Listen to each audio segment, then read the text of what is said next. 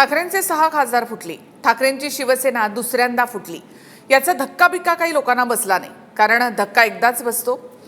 मात्र या सगळ्यामध्ये सगळ्यात जास्त टीका होते ती ओमराजे निंबाळकर यांच्यावर. शिवसेनेमधल्या शिंदेंच्या बंडानंतर गद्दारीवर तुटून पडलेले ओमराजे स्वतः बंडाळी करतात हे त्यांच्या समर्थकांना पचत नाहीये. ओमराजे एकनिष्ठ राहणार हा इतका विश्वास समर्थकांमध्ये होता आणि त्यामुळेच ओमराजेंचं बंड समर्थकांना सहन होत नाहीये. त्यांच्या प्रतिक्रिया सोशल मीडियाच्या माध्यमातून उमटल्या. त्यांच्या समर्थकांनी त्यांना अनफॉलो करून त्यांच्यावरची नाराजी व्यक्त केली. रोष इतका की कार्यकर्त्यांमध्ये रमणारे ओमराजे बंडाच्या निर्णयानंतर आपल्या मतदारसंघात सुद्धा जाऊ शकले नाहीये. फुटीनंतर ओमराजेंनी माध्यमांना दिलेल्या पहिल्याच मुलाखतीमध्ये उद्धव ठाकरे यांच्यावर मात्र त्यांनी वार केला. प्रकृती अस्वास्थ्यामुळे उद्धव ठाकरे फिरू शकत नाहीत, पण किमान आदित्य ठाकरे यांनी फिरायला हवं होतं. कार्यकर्त्यांना ताकद द्यायला हवी होती, पण दुर्दैवाने तसं झालं नाही, असं ओमराजे म्हणाले. यावर आता कितीही कारणं द्या, तुम्ही स्वतःला निर्लज्जपणे विकलं हेच सत्य आहे. महाराष्ट्र हे घाणेरडं राजकारण सहन करणार नाही, असं उत्तर आदित्य ठाकरेंनी एक्स पोस्टवर दिलेलं आहे. ओमराजेंसह बंडखोर खासदारांवर त्यांनी हल्लाबोल केला. पुढे ओमराजे काय म्हणतात ते पहा. मी सध्या मोठ्या धर्मसंकटात आहे.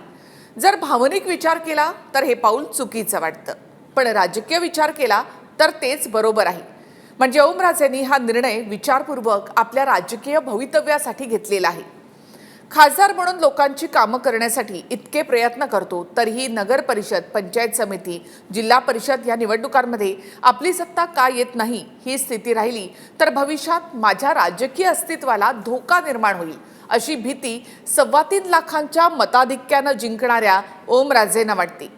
त्यावेळी निष्ठावंत म्हणून ओमराजेंचं प्रचंड कौतुक झालं. 2024च्या लोकसभेला अर्चना राणा, जगजितसिंह पाटील यांच्या विरोधात असूनही भाजपनं पूर्ण ताकद लावून सुद्धा ओमराजेंना धाराशिवकरांनी मशाल या चिन्हावर भरभरून मतं दिली.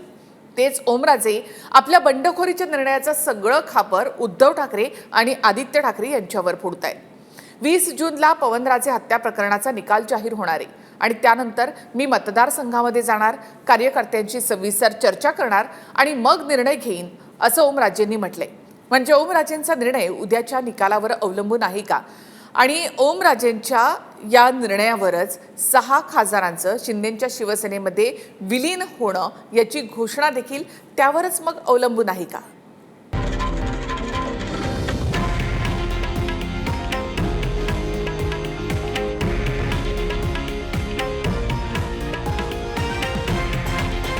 हे आहे देशातील नंबर 1 न्यूज नेटवर्क आणि आपण पाहत आहात TV9 मराठी, एकमेव.